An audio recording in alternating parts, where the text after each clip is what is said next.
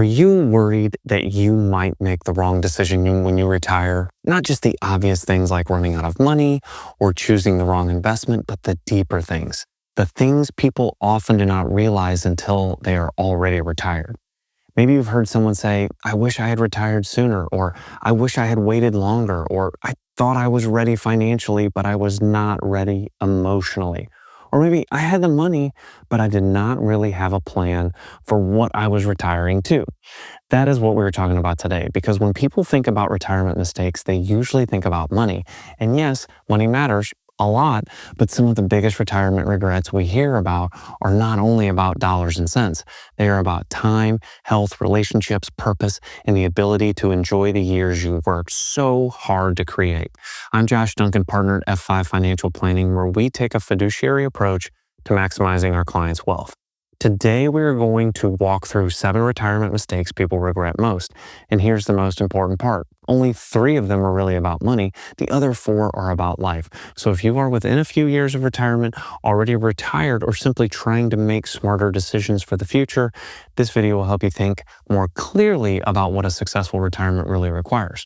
Let's jump in with the money mistakes. The first mistake is retiring without a coordinated income and tax plan. This is one of the 3 money mistakes. A lot of people spend decades saving for retirement, but they do not spend nearly enough time figuring out how they will actually draw income from everything they have built. Saving for retirement is about accumulation. You are adding to accounts, investing consistently, and letting time work for you. But retirement is about distribution. Now you are already taking money out, trying to manage taxes, preserving flexibility, coordinating Social Security, watching Medicare premiums, and making sure the money lasts. That requires a different strategy than when you were accumulating. A common mistake is treating all retirement accounts the same, but a traditional IRA, Roth IRA, a taxable brokerage account, a savings account, and a health savings account are not taxed the same way. And because they are not taxed the same way, the order in which you use them matters. For example, some retirees are so focused on avoiding taxes today, but they leave large traditional IRA balances untouched for years. Then later, required minimum distributions begin, and suddenly their taxable income is much higher than expected. That higher income can cause more of their Social Security to be taxed. It can increase Medicare premiums. It can limit tax planning flexibility. In other words, a tax bill may not disappear, it may just be delayed. Another common mistake is failing to look at the retirement tax picture over multiple years. Retirement planning is not just how do I pay the least taxes this year. Sometimes paying a little more tax now can help reduce much larger taxes later. That may involve Roth conversions, charitable giving strategies, capital gains planning, or simply being thoughtful about which account you spend from first.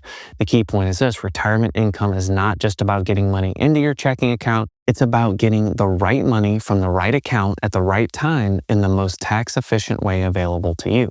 So before retiring, ask yourself, do I have an actual income strategy, or do I just have a pile of accounts? Those are not the same thing. The second money mistake is claiming Social Security without understanding the trade-offs. Social Security is one of the most important retirement decisions many people will make, but it often gets reduced to one question: when can I start? That is the wrong starting point. A better question is, how does Social Security fit into my overall retirement income plan? Many people claim early because they are worried the system may change, or because they want to get money as soon as possible, or because they simply do not want to spend down their own accounts. And sometimes claiming early is the right decision. If you have health concerns, a shorter life expectancy, limited savings, or a specific cash flow need, claiming earlier may make sense. But for others, claiming early can create long-term regret. Why? Because claiming early permanently reduces your monthly benefit. And for married couples, the decision can also affect survivor benefits. That means one spouse's claiming decision may impact the income available to the surviving spouse later in life. This is especially important because one of the greatest financial risks in retirement is not dying early, it is living a very long time. A larger inflation-adjusted Social Security benefit can act like a form of longevity protection. It is income you cannot outlive. The mistake is not claiming at a particular age. The mistake is claiming without understanding the full picture. You want to consider your health, your spouse's health, your income needs, your tax situation, your investment portfolio, your family history, and your goals. Social Security is not a decision to make in isolation. So if you're approaching retirement Do not just ask, what is my benefit at age 62? Ask, what claiming strategy gives me and my family the best chance of long-term financial security? That question leads to a much better conversation. The third money mistake is being too conservative with spending early in retirement. Now, I want to be very clear here. I'm not talking about reckless spending. I'm not saying you should ignore your plan, take extravagant trips every month, or pretend market risk does not exist. What I am talking about is a very real retirement regret. People who saved diligently, lived responsibly, retired with enough money, and then were too afraid to enjoy it. This happens more often than you might think. For many retirees, the habit of saving is deeply ingrained. That is a good thing. It helped them build wealth. But once they retire, they sometimes struggle to shift from saving mode to spending mode. Every withdrawal feels uncomfortable. Every market decline feels like a threat. Every major trip or family experience feels like something they should delay. So they wait. They say, maybe next year. Then next year becomes the year after that. And eventually, health changes, mobility changes, energy changes, a spouse becomes ill, travel becomes harder, the window for certain experiences starts to close. That is when regret shows up. Again, this does not mean spending without limits. It means building a plan that gives you permission to use your money intentionally. A strong retirement plan should help answer questions like, how much can we safely spend? What experiences matter most in the early years of retirement? How do we balance enjoying life today with protecting ourselves later? Where do we need guardrails and where do we have flexibility? I sometimes think of retirement spending like a dimmer switch, not an on-off switch. You can adjust along the way. You can spend more in strong years and pull back in weaker years. You can prioritize meaningful experiences while still being responsible. The goal is not to die with the largest possible account balance. The goal is to use your resources to support the life you actually want. That is where financial planning becomes personal. The fourth mistake is retiring from something but not to something. This is where we move into the non-financial mistakes. Many people spend years dreaming about leaving work. No more early alarms, no more meetings, no more deadlines, no more office politics. That sounds wonderful. And for a while, it may feel wonderful. But after the vacation feeling wears off, some people find themselves asking a surprising question. Now what? Work provides more than a paycheck. It provides structure, it provides identity, it provides social interaction, and a reason to get up and engage with the world. Even if you do not love your job, it may still be giving your life a rhythm. And when that rhythm disappears, retirement can feel strangely empty. This is why some people struggle emotionally after retiring, even when they are financially secure. They successfully retired from stress, pressure, and responsibility, but they never really built a vision for what they were retiring to. A better approach is design your retirement before you enter it. What will your average week look like? Who will you spend time with? What will challenge you? What will give you purpose? Where will you contribute? What will make you feel useful, engaged, and alive? For some people, that may be volunteering. For others, it may be mentoring, consulting part-time, caring for grandchildren, traveling, joining a community group, taking classes, or finally pursuing a creative project. The answer is different for everyone, but the principle is the same. Retirement should not just be an escape from work. It should be a move toward a more intentional life. Money can fund retirement, but purpose helps make retirement fulfilling. The fifth mistake is understanding how much relationships change in retirement. This one does not get talked about enough. Retirement changes your calendar, your routines, your identity, and your household rhythm. Naturally, it also changes your relationships. For married couples, retirement may mean spending far more time together than ever before. That can be a gift. It can also be an adjustment. One spouse may have a clear idea of what retirement should look like, and the other may have a completely different version. One may want to travel and see activity. The other may want to rest and have routine. One may want to spend more time with the family. The other may want more independence. Neither person is necessarily wrong, but if those expectations are not discussed ahead of time, retirement can create friction. Friendships can also change. Many working adults get a large portion of their social interaction through their careers. Once work ends, those casual daily connections may fade. No more hallway conversations, lunches with coworkers, or shared projects. If you have not built friendships outside of work, retirement can become lonely. Family relationships can shift too. Adult children may assume you're more available. Grandchildren may become a bigger part of your life. Aging parents may need more care. Boundaries may need to be renegotiated. The mistake is assuming relationships will automatically adjust smoothly. They might, but they might not. The better approach is to be intentional. Talk with your spouse about what retirement looks like for each of you. Build friendships before you need them. Stay connected to people who energize you. Create social routines that are not dependent on your former workplace. And remember, a great retirement is rarely lived in isolation. Relationships are a major part of well-being. You can have a strong portfolio and still feel poor in connection. The sixth mistake is moving for the fantasy instead of testing the real lifestyle. Many people have a retirement dream location. Maybe it's the beach, maybe it's the mountains, maybe it's a warmer climate, maybe it's a lower tax state, maybe it's closer to the grandkids. And sometimes moving in retirement is a great decision, but sometimes people move based on a vacation version of a place, not the real life version of a place. There is a difference between loving a place for 2 weeks and living there for 10 years. When you are on vacation, you are not dealing with doctors, dentists, home repairs, traffic, insurance costs, summer heat, hurricane risk, property taxes, or the challenge of building a new social circle from scratch.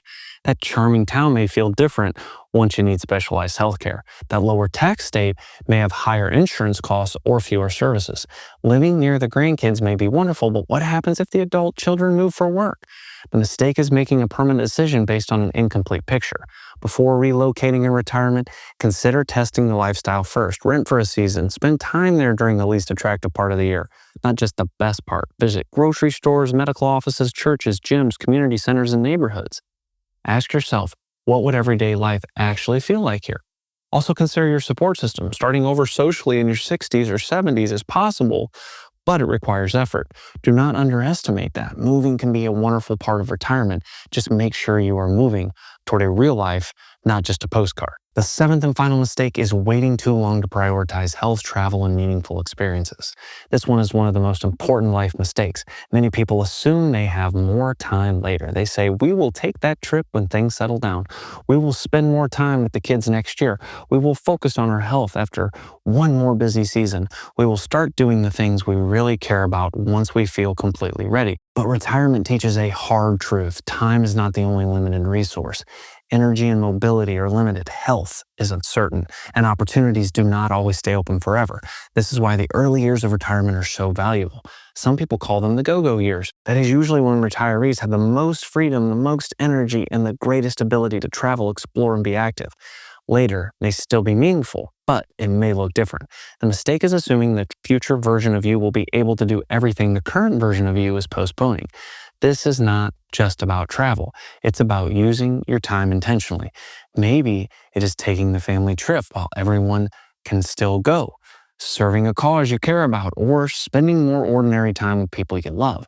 Money can often be managed, schedules can often be adjusted, but time and health are harder to recover once they are gone. So ask yourself, what am I postponing that I may regret later?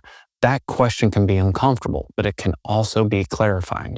Okay, now that we have walked through the 7 mistakes, let's talk about how to avoid them. First, build a written retirement income plan. Do not just estimate your expenses and hope your accounts are enough. Know where your income will come from, how your withdrawals will work, how taxes may change over time, and what your plan looks like in different market environments. Second, coordinate your Social Security decision with your broader plan. Do not claim just because you are eligible, and do not delay just because someone told you delaying is always better. Look at your actual situation.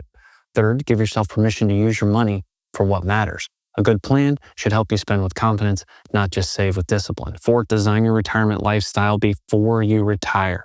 Think about purpose, structure, health, relationships, and community. These are not soft issues. They are central to whether retirees feel successful. Fifth, have honest conversations with the people closest to you. Your spouse, your family, your friends, and your advisors should understand what you want retirement to look like. And finally, do not wait for perfect certainty. There is no perfect retirement plan. There is no perfect market environment. There is no perfect age. There's only a thoughtful plan, reviewed regularly, adjusted over time, and aligned with what matters most to you. So let's recap. The 7 retirement mistakes people regret most are retiring without a coordinated income and tax plan, claiming Social Security without understanding the trade-offs, being too conservative with spending early in retirement, retiring from something but not to something, understanding how much relationships change, moving for the fantasy instead of testing the real lifestyle, and waiting too long to prioritize health, travel, and meaningful experiences. The first three are about money, the last four are about life, and that is the point. A successful retirement is not just about having enough money, it's about using your money to support a life that has purpose, connection, flexibility, and meaning. That is why retirement planning should not begin and end with investments. Investments matter, taxes matter, Social Security matters, withdrawal strategies matter, but so do your health, your family, your friendships, your faith, your community, your daily rhythm, and your sense of purpose. The 5 F's of F5 financial planning are faith, family, friends, fitness, and finance. We encourage our clients to let the finances fuel their goals related to their faith, family, friends, and fitness. So as you think about your own retirement, do not only ask, can I afford to retire? Ask, what do I want my finances to fuel? And what would I regret not doing while I still had the chance? Plan intentionally for your retirement and enjoy it.